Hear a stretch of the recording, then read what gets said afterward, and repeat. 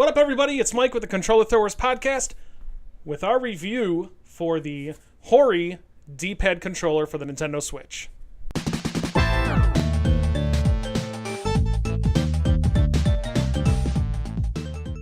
Alright, so as we all know, the Nintendo Switch is a pretty fine piece of equipment. We all love playing it. It's a great system. Only one problem. This left Joy-Con here does not have a D-pad. Instead, it has 4 buttons. The reason for that being so when you can turn the controller sideways and you can play it with your friends in multiplayer. That's the whole point of that, to make it more like buttons instead of a D-pad. But what good is that for those of us who enjoy 2D fighters and 2D platformers?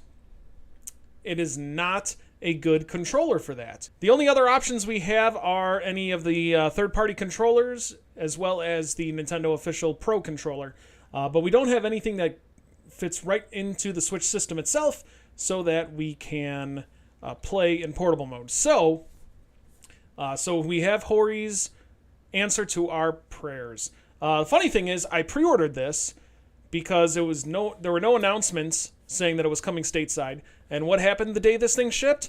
That's right, Hori announced not 1, but 2 of these Joy-Cons for the Nintendo Switch in both an awesome-looking Zelda and Mario design. But this still looks good. So what we're going to do is we're going to open this up, we're going to give it a whirl, we'll see how some games work out with it.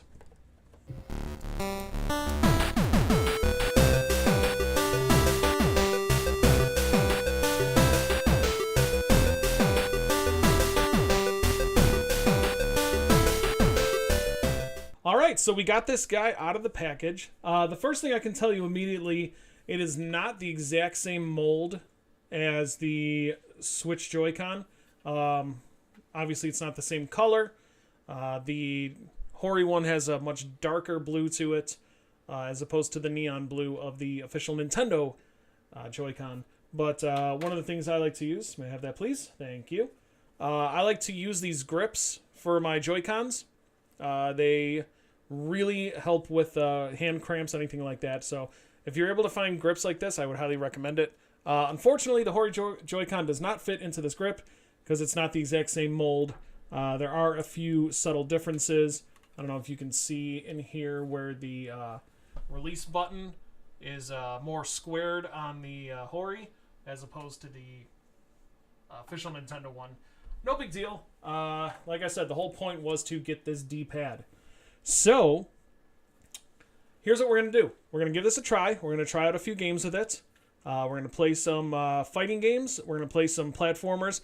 I'm going to let you know how this works out and if it's worth the purchase. Alright, so the first game I tried out was Pocket Rumble for the Switch.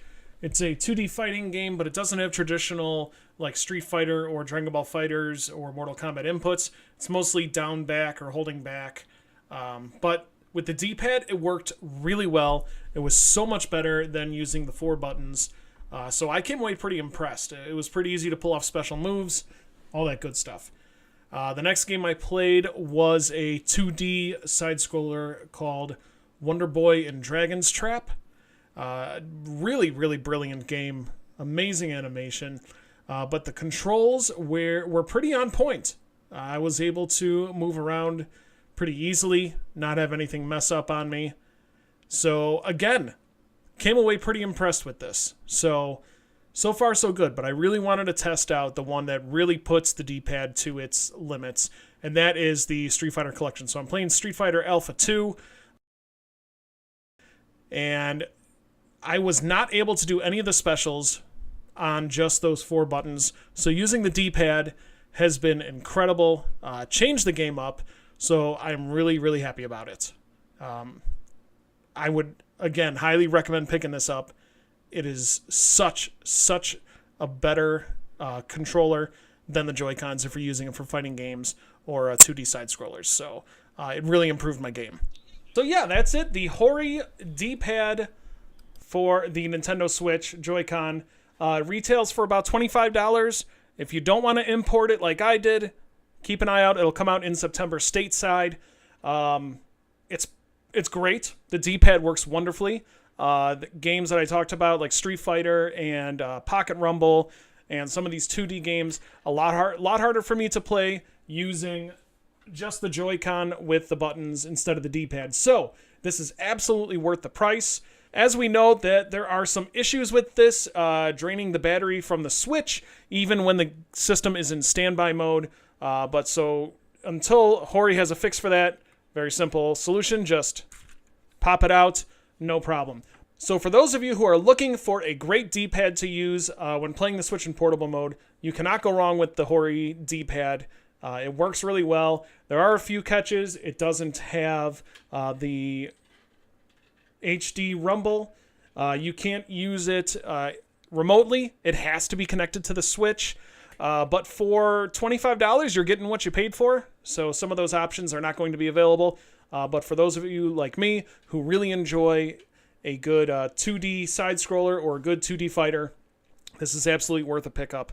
For more reviews like this, keep tuned to the Controller Throwers YouTube page. Make sure to check out our podcast on iTunes, Google Play, and at thecontrollerthrowers.podomatic.com.